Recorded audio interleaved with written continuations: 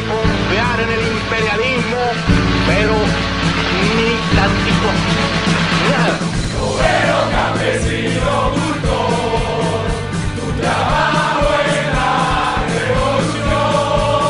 Obrero, campesino, cultor, tú eres la revolución. Obrero, campesino, cultor, tu trabajo es la revolución. Obrero, campesino, cultor, tú eres la revolución. Alerta que camina, la espada de Bolívar por América Latina. Alerta, alerta, alerta que camina, la espada de Bolívar por América Latina. ¡Viva Sandino!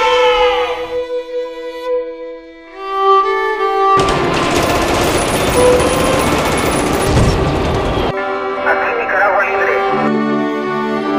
a luchar por nuestra patria.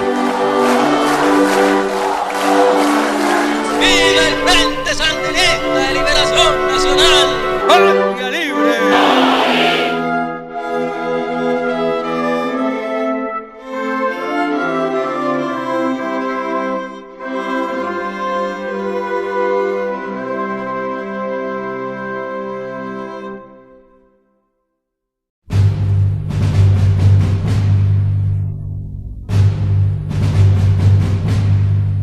Participé junto con Carlos, Silvio Mayorga, Jorge Navarro, Francisco Buitrago, el coronel Santos López, entre otros, y fundamos el Frente Sandinista de Liberación Nacional.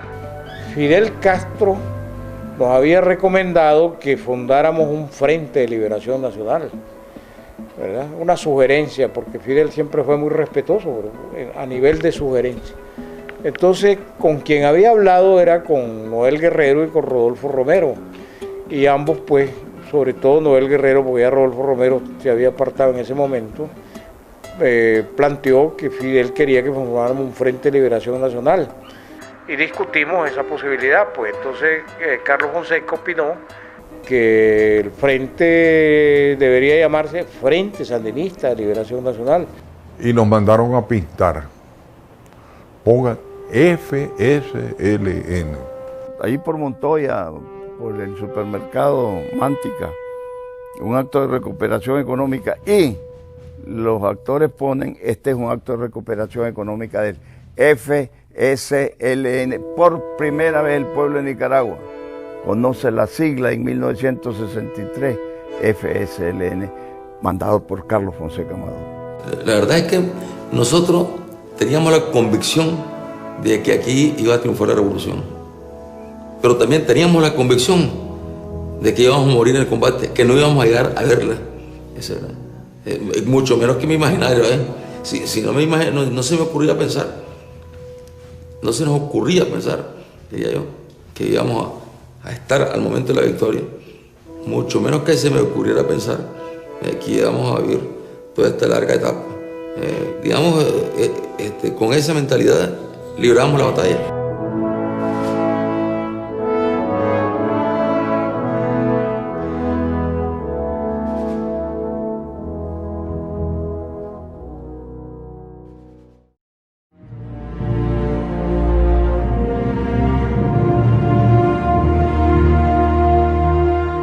La primera guerrilla que organizamos en el río Patuca, después en el río Coco y Bocaí, y ahí pues nos derrotaron. El hambre nos derrotó más que la guardia, la soledad de la montaña, la falta de apoyo. Raití Bocay como primera gesta guerrillera del FSLN. Bautizo estudiantes como Jorge Navarro, Iván Sánchez, Modesto Duarte, Mauricio Córdoba, Francisco Buitrago, trabajadores como Faustino Ruiz, como Germán Pomares, que no cayó, participaron en la gesta de Raití Bocay Tomás, nuestro comandante Tomás Borges, Silvio Mayorga, que resultó herido, y el coronel Santos López, del Coro de Ángeles del Ejército Defensor de la Soberanía Nacional. Nadie tiene amor más grande que el que da la vida por los demás. Ellos dieron su vida dieron su vida. No estuvieron protegiéndose ni cuidándose, sino entregados totalmente a construir la paz. Yo entré en el Frente Sandinista de Liberación Nacional en el 63, después de la gesta heroica de Raití Bucay. Entré con Pablo Úbeda.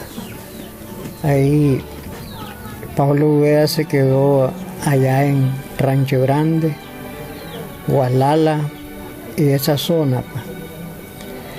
De manera que ahí el Frente Sandinista, puedo decirlo así con seguridad, que en ese momento no era un movimiento guerrillero, era un movimiento de organización. Para adelante, ¿no? Porque no queda otra. No íbamos a inventar, sino que ya había que continuar y profundizar esas ideas, ese proyecto también.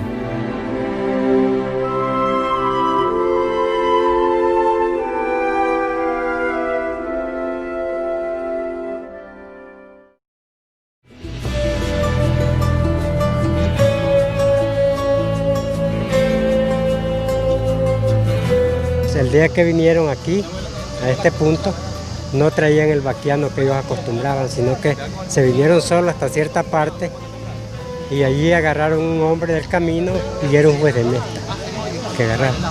Entonces el juez de mesta lo que hizo fue venirlos a dejar allí y después se fue a acusarlos con la guardia, ¿verdad? Entonces le cayeron 300 guardias a las 6 de la mañana, fue la masacre aquí. Había una motivación porque ellos tenían ese sueño de que la dictadura no fue buena, ¿verdad? Mataba a los chavalos, porque donde decían anda un sandinista y andaba la guardia. Que sí, nosotros vimos muchas masacres aquí, no solo los compañeros, otra gente que el que colaboraba era muerto, si se daban cuenta. Entonces los jueces de mesta tenían que tener mucho cuidado. En ese momento, virtualmente nadie nos apoyaba. Llegábamos a Managua a golpear las puertas y nadie nos abría. Nos tiraban las puertas en las narices o nos amenazaban con denunciarnos. Había un enorme terror y una gran soledad. Un mérito de Carlos Fonseca es que en medio de aquella soledad casi absoluta, mantuvo la confianza y nos hizo mantener a nosotros la confianza en la victoria final. Es un hecho trascendental.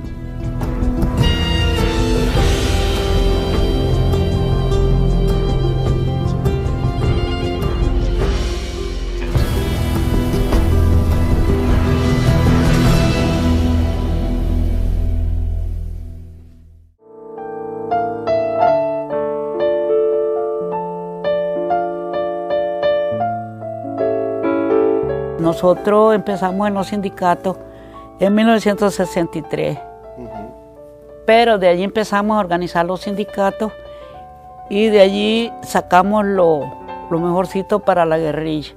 Por eso es que yo cuando voy a hablar del Frente Sandinista, hablo primero de los sindicatos porque de allí salieron los guerrilleros. Sí. Los guerrilleros en la montaña y entonces organizamos La Tronca, El Bijahue, Quililito, Rancho Grande, Cerro Colorado y organizamos también Yaosca, Guaslala y Bocay. De esa manera me incorporó al frente junto a mi hermano que se llama Jacinto Hernández, ¿verdad? Sí, un héroe. Sí, es un héroe que llegó a ser miembro de la Dirección Nacional del Frente. Y lo incorporamos varios compañeros. Yo comencé a colaborar con el Frente Sandinista reclutado por un señor que se llamaba Antonio Rodríguez Mairena y el comandante Tomás Borges Martínez, que fue el segundo hombre que llegó a mi casa. Buscaba cómo pasar alimentación, llevar alguna información, pasarles la comida, algunos víveres que teníamos que comprar, lo hacíamos en diferentes ventas. Después con el compañero Juan José Quesada, Primo Rivera, el compañero Jorge Sinforoso Bravo, el compañero Eder Munguías, al comandante Carlos Fonseca. Comandante Carlos Fonseca, un consejero de la lucha, de cómo nosotros lo íbamos a impulsar en una lucha tan peligrosa. Los hablaba realmente Carlos del régimen, la dictadura militar somocista que existía aquí, de criminales, de violadores y asesinos, que realmente estuvieron en nuestro cuerpo también vistos. Vimos cómo asesinaban los guardias, los jueces de mesta a los compañeros. Entonces eso lo explicaba. Y en cada sindicato había su junta directiva, pero el tope de la gente que bajaba de Managua eran de nosotros. Ya después se metió Bernardino de lleno, yo también, pero tuvimos problemas porque se me iba hasta 3 meses. Hasta 3 meses y hacía yo para dónde agarrar a este hombre. Y solo a mí me dejaba allí, plantaba, que tenía que limpiar el café, arrancar los frijoles y todo eso. Es que él fue el dirigente y nosotros empezamos los sindicatos porque él se organizó en la CST Independiente. De Bernardino Díaz Ochoa. Después de eso hacían sus reuniones y pasó a ser presidente de la CSTAN, Confederación General del Trabajo, con otros países, y ya hicieron, bueno, pero que de allí salieron los guerrilleros. Hasta que usted llegaba a Matagalpa, a la montaña, y hablaba con cualquier campesino, te ayudaba, ¿me entiendes? Te ayudaba a llamar, te ponía en contacto con otras personas. Porque uno decía, mire señor, vamos a hablar claro, yo soy guerrillero, yo soy de la guerra, venimos a transformar el país. Inmediatamente el campesino te apoyaba. ¿Por qué? Porque el campesino en ese tiempo tenía una tradición de lucha contra la intervención y contra los gobiernos. En ese tiempo. Y todavía, pues, que tal vez cuando vos llegabas con la expresión de la lucha contra el gobierno, contra los yanquis, te apoyaba.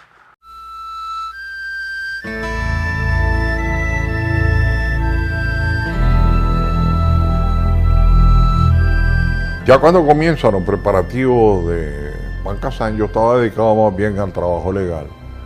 Y me dicen que me quede para el trabajo legal, que yo no estoy incluido en la guerrilla.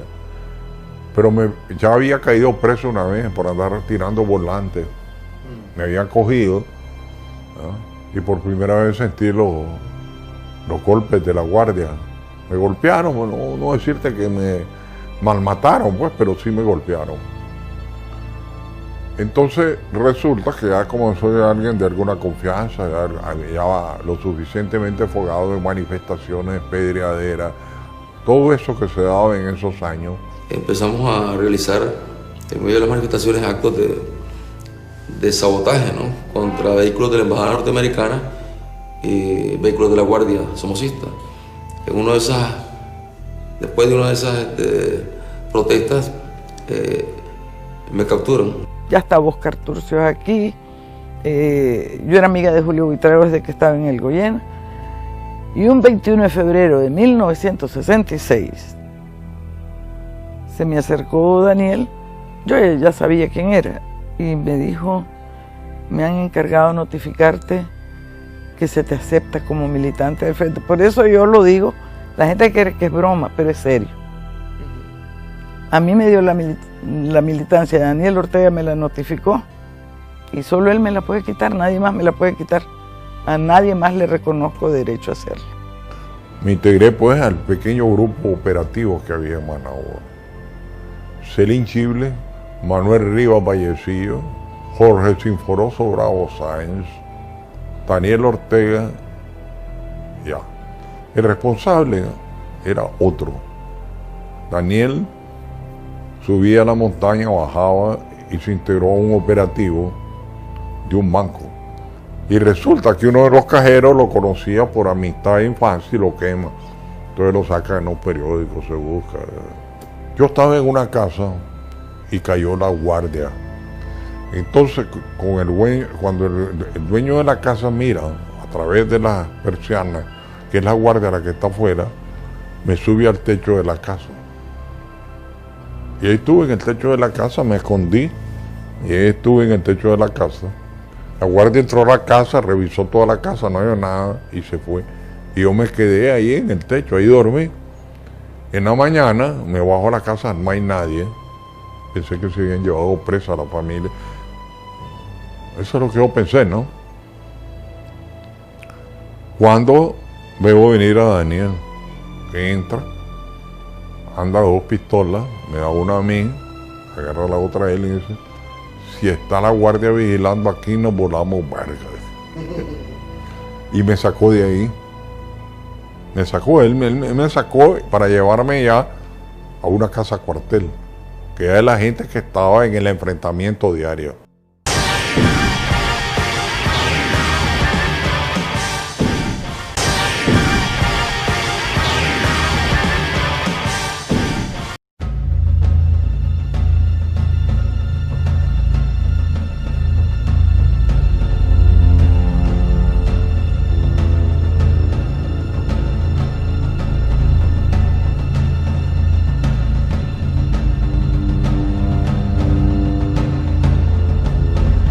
Ese día habíamos estado discutiendo porque una compañera, la compañera Mirna Mendoza, que vivía en una casa de seguridad que no era esa, pero que llegaba a diario ahí a recoger a los hijos de Enrique Lorente y de Gloria Campo, que vivía con nosotros en esa casa, porque los llevaba a la escuela.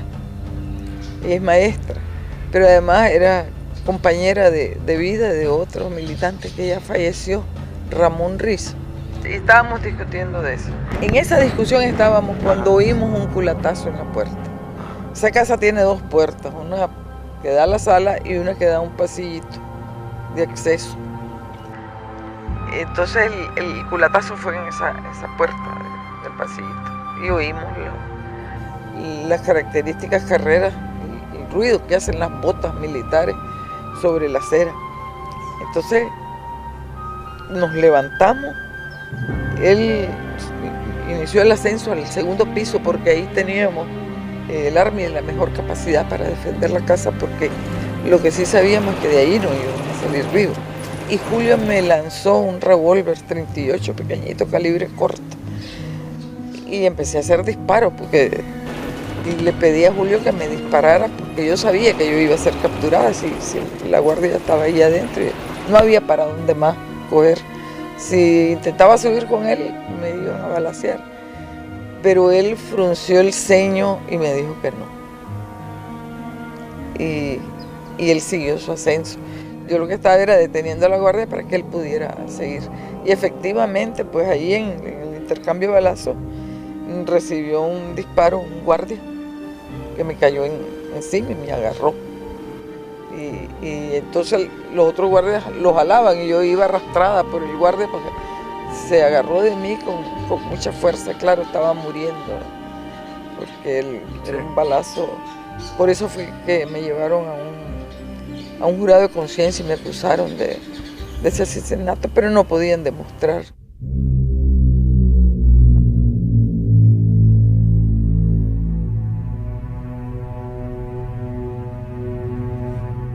La guardia era muy primitiva en la manera como te aplicaban tormentos. Una cosa para hacerte hablar, golpearte, ponerte choques eléctricos, qué sé yo, qué. El resultado era que después de 3 días de eso, si vos aguantabas, ya no te podían tocar ni un pedazo porque te podían hasta matar, porque efectivamente hubo gente que mataron ahí. Golpizas, rajadas de cabeza, puñetazos y golpes eléctricos. Eso era fundamentalmente. Ahí me dejaron en una situación tal de que igual a los 3 días decidieron no tocarme más. Y me mandaron a reparar con médicos militares, ando con costuras en la ceja, me quebraron la nariz, me quebraron las costillas. Una salvajada, pues. Esa era la forma como ellos actuaban. Fíjate que Daniel tiene una cicatriz y dio una patada. Era salvajismo abierto.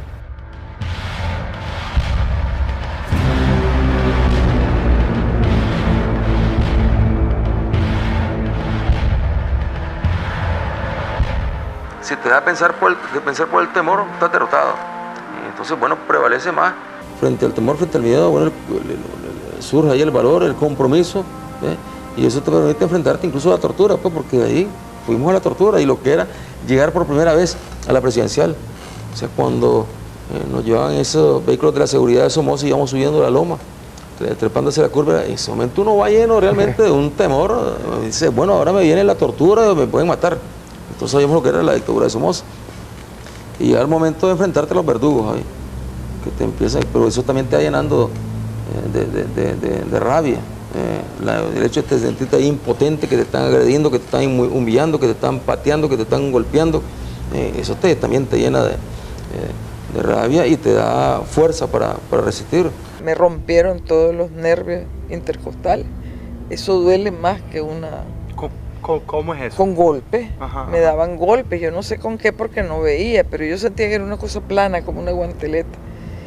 Y en algún momento un guardia dijo, ¿y por qué no han revisado a esta tal por cual? A lo mejor no es mujer, a lo mejor es hombre. Y me trataron y me introdujeron las manos en la vagina buscando, según ellos, mis testículos. Y lo que más les extrañaba era que yo no lloraba. Y a cada rato me metían las manos debajo de la capucha para ver por qué yo no lloraba. Me ponían, por ejemplo, totalmente desnuda, me aplicaron picana eléctrica en los pezones, en el recto. Con el aire acondicionado durante un mes o más. Y ahí me torturaron. Y me pusieron una capucha y me la pusieron durante 9 meses. Entonces ahí nos montaron los vehículos, nos sentaron los vehículos, nos amarraron, nos pusieron unas piedras enormes aquí en las piernas, nos traían en cuclillas y nos venían golpeando. O sea, nos traían amarrados y además nos venían golpeando. Y luego empezaron a recoger basura en el camino, ya que las comiéramos. Y si no queríamos comerlas, nos agarraban la cabeza a golpearla contra las piedras. Fue como desbaratarnos la dentadura, la cara, ¿no? Y recuerdo que uno de los compañeros vomitó, Edmundo Pérez. O sea, no aguantó y vomitó. Entonces lo hicieron comerse los vómitos.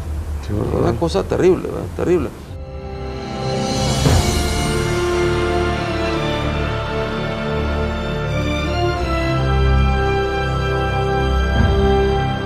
Cuando yo subo a la montaña, subo con una moral extraordinaria, digamos con las baterías cargadas, porque el impacto que te causa cuando pasas abruptamente de un medio a otro y sobre todo cuando vos no estás preparado físicamente para eso, es muy fuerte.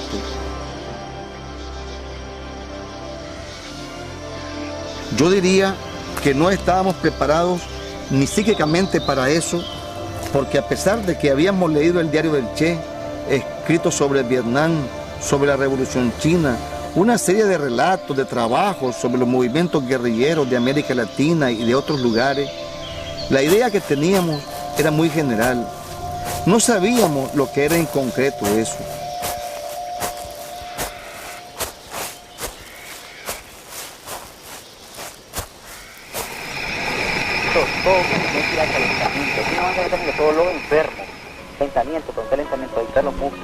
Llegamos al campamento y ¿cuál fue mi gran desmoralización? Cuando después de un mes de caminar o 2 meses de caminar, me encontré que eran como 10 o 15 guerrilleros y que ese era el núcleo que habría de provocar la revolución y de mandar al traste la dictadura de Somoza. Comer, beber, no, los animales también comen, también beben. Bueno, ¿qué nos diferencia de los animales? Si aquí trazamos una raya y aquí se va lo animal y aquí se va lo humano, ¿qué es lo que te va haciendo que vaya siendo cada vez más humano y cada vez menos animal? Yo y el grupo de compañeros pensamos que lo que te hacía cada vez más humano es la capacidad de amar, la capacidad de negarte a vos mismo para dársela a los demás.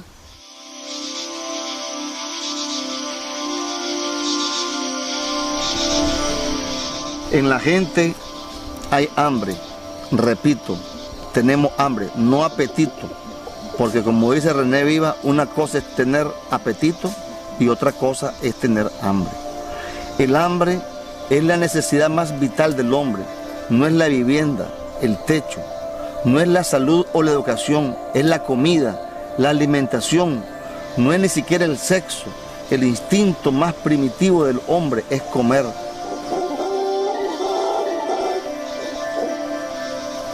Yo te juro que cuando andábamos mareados de hambre, me podían poner a la Raquel Welch en sus mejores tiempos, junto a un trocito de carne podrida, y yo no me hubiera tirado sobre la carne fresca de la Raquel Welch, sino sobre el pedazo podrido de carne.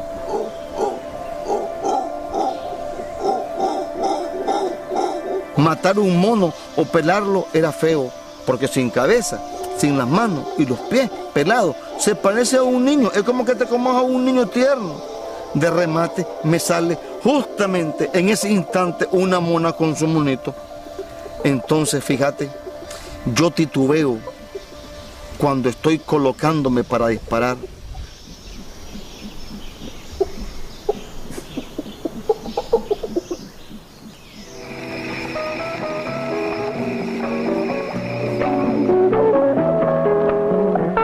Carolina, amante del contacto natural, se divierte con sus gustos deportivos en los extensos y verdosos campos de su residencia. Los padres de los novios, general Anastasio Somoza de Baile y don Alfredo Urcullo, alternan un instante con la feliz pareja después del formal compromiso. Los novios fueron objeto de congratulación.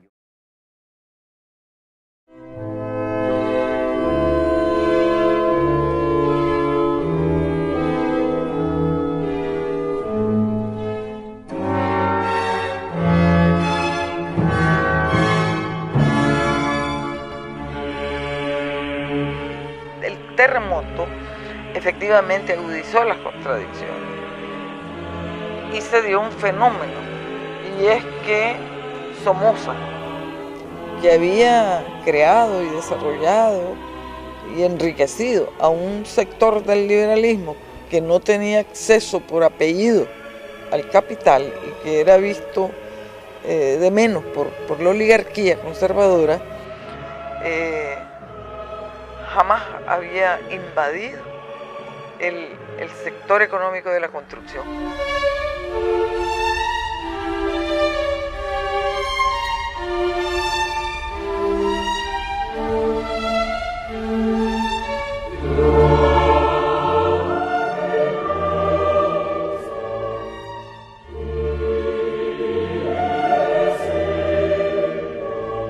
Se cerca Managua con grandes cercos de alambres de púa, se declara el estado de sitio dentro de las 500 manzanas de tierra de la ciudad capital y nadie podía entrar aquí. El que entraba era tirado por la guardia porque estaba prohibido, era estado de sitio en el centro histórico de Managua. Esto debido a la ambición de Somoza de querer hacer del terremoto un gran negocio. De tal manera que los managuas se desesperaron porque ya no tenían dónde trabajar ni dónde, y comenzaron a construir donde podían. Entonces salieron más que nada a las carreteras. Salieron a la carretera Masaya, salieron a la carretera norte, que es la que va al aeropuerto. Pero bueno, es otra época que no volverán, y los que no tuvieron la oportunidad de vivirla, pues no van a poder disfrutarlo de lo que fue la Managua anterior a 1972.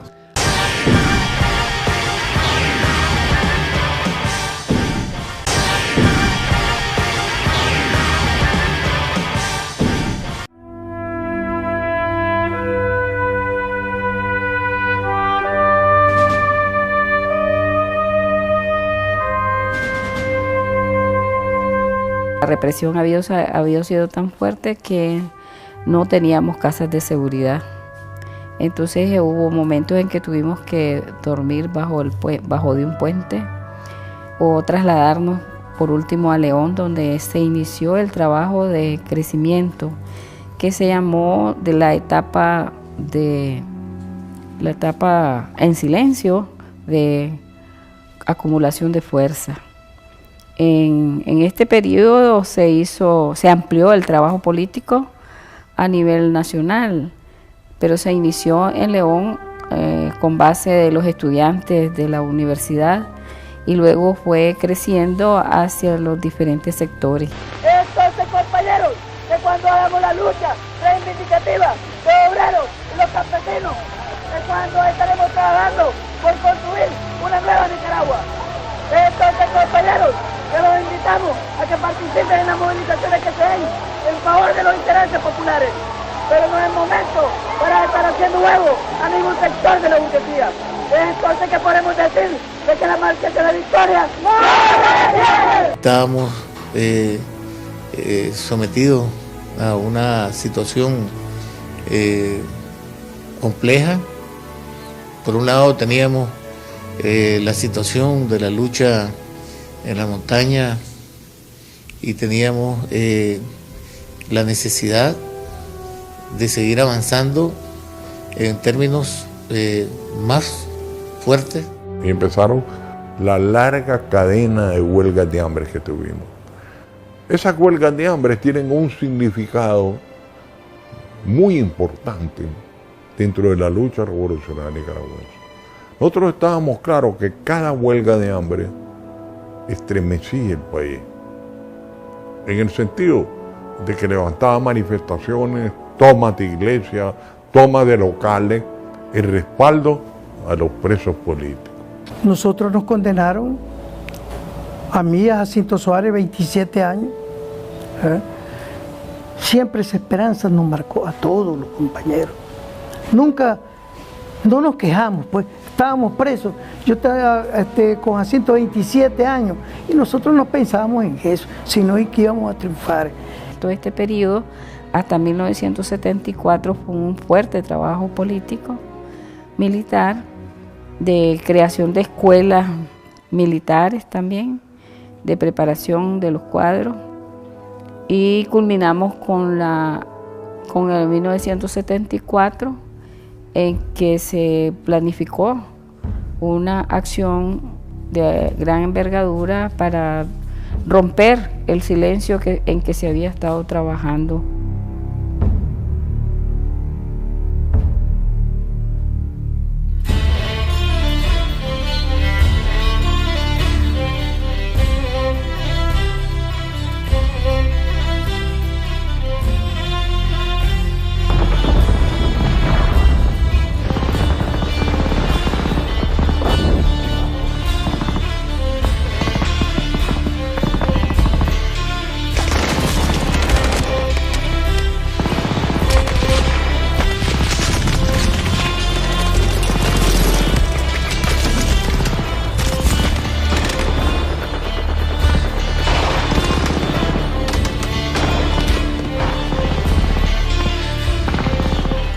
Tenemos 16 presos del frente, ¿verdad? Entre ellos hay muchos cuadros buenos, cuadros de dirección y cuadros intermedios, con mucha capacidad organizativa. Por eso se organiza lo que se conoció el mundo como la operación del 27 de diciembre. Este era un cóctel que le estaba dando José María Castillo al embajador Shelton de Estados Unidos, ¿verdad? Pero a nosotros no nos convenía escoger al embajador allí, porque con la tradición que hay en Nicaragua de las intervenciones gringas, ¿verdad?, contra nuestro país, entonces nosotros lo que estamos haciendo es vigilando que el embajador se vaya. Nosotros sabemos que al terminar el cóctel el embajador es el primero que se va. Entonces el compañero Contreras, que le decíamos Marco, y también que de ahí del número 0, nosotros le decíamos 0 en operación, es el primero que salta del carro con una pistola en la mano disparando contra los agentes que están cuidando. Pero adentro se dio el caso de que José María Castillo, él sabía que era un criminal del somocismo, pues. Y entonces él partió para adentro de la casa a la hora de los tiros afuera y sacó armas. Él tenía un arsenal adentro. Él salió aventando tiros para afuera, ¿verdad? Y nos hirió un compañero, pues, entonces otro compañero lo tiró. Se da un pequeño combate ahí, ellos se quieren meter a la casa y nosotros comenzamos a defender la casa. Pero de allí Marco habla por teléfono en medio del combate con José Somoza y le dice que si hay más tiros, el primero que vamos a matar es al embajador de Chile, ¿verdad? Y accedía a esa casa. Entonces ya se terminaron los tiros. Entonces nosotros llevamos un montón de peticiones, ¿verdad? Lo que más considerábamos nosotros que no iba a aceptar Somoza era hacer una publicación, ¿verdad?, donde se denunciaba todos sus crímenes, ¿verdad? Y pedíamos $5 millones, un avión para viajar a cualquier país amigo. Entonces, pero él dice que acepta hacer la comunicación a nivel nacional por los dos principales diarios del país y por radio, en cadena de radio y en televisión. ¿verdad? Entonces, cuando él hace esa proposición, nosotros aceptamos, y que además que no podía cumplir en darnos 5 millones de dólares, sino que solo nos daba $1 millón. Entonces nosotros dijimos, bueno, es un éxito rotundo, pues. Aceptó lo que más necesitábamos nosotros, que era la publicación. Y nos entregan a los 16 presos, ¿verdad? Entre ellos hay 2 compañeros miembros de Dirección Nacional, que es José Benito Escobar y Daniel Ortega Saavedra. Entonces viajamos con todo, $1 millón, la publicación y todos los presos.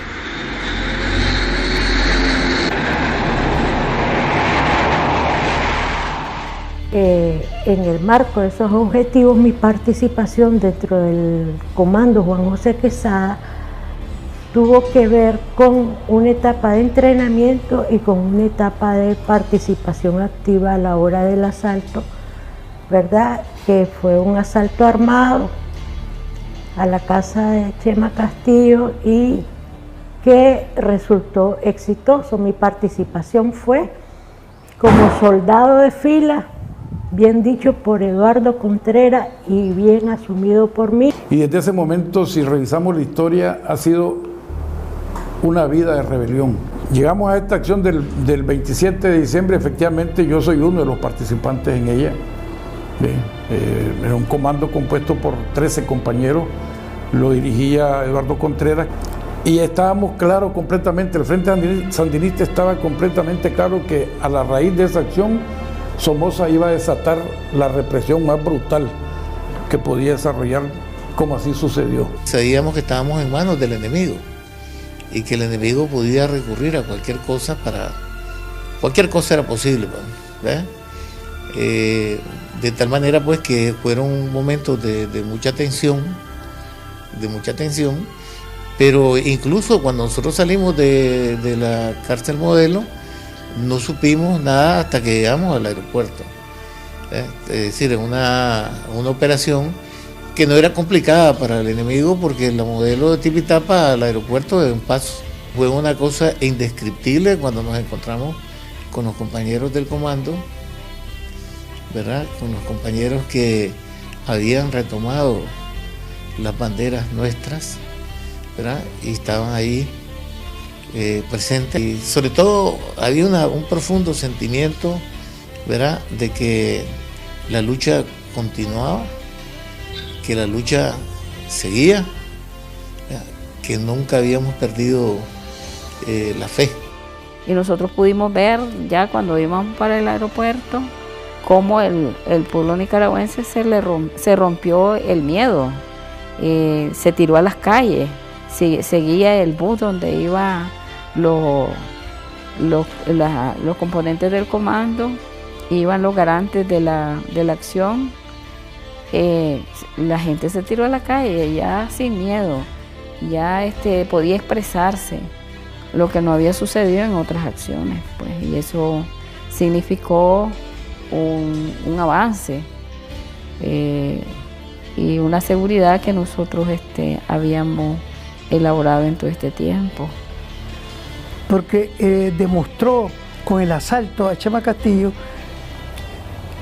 que el frente estaba vivo, que existía el frente, que tenía fuerzas para seguir la lucha, porque nunca pensamos nosotros que la lucha se terminaba o que claudicaba. El Frente Sandinista, como una organización de vanguardia de la sociedad y con un pensamiento también de vanguardia, desde sus inicios tuvo la claridad y la sabiduría de nuestros dirigentes de que la mujer jugara un papel, estuviera presente y que juega un papel en la sociedad.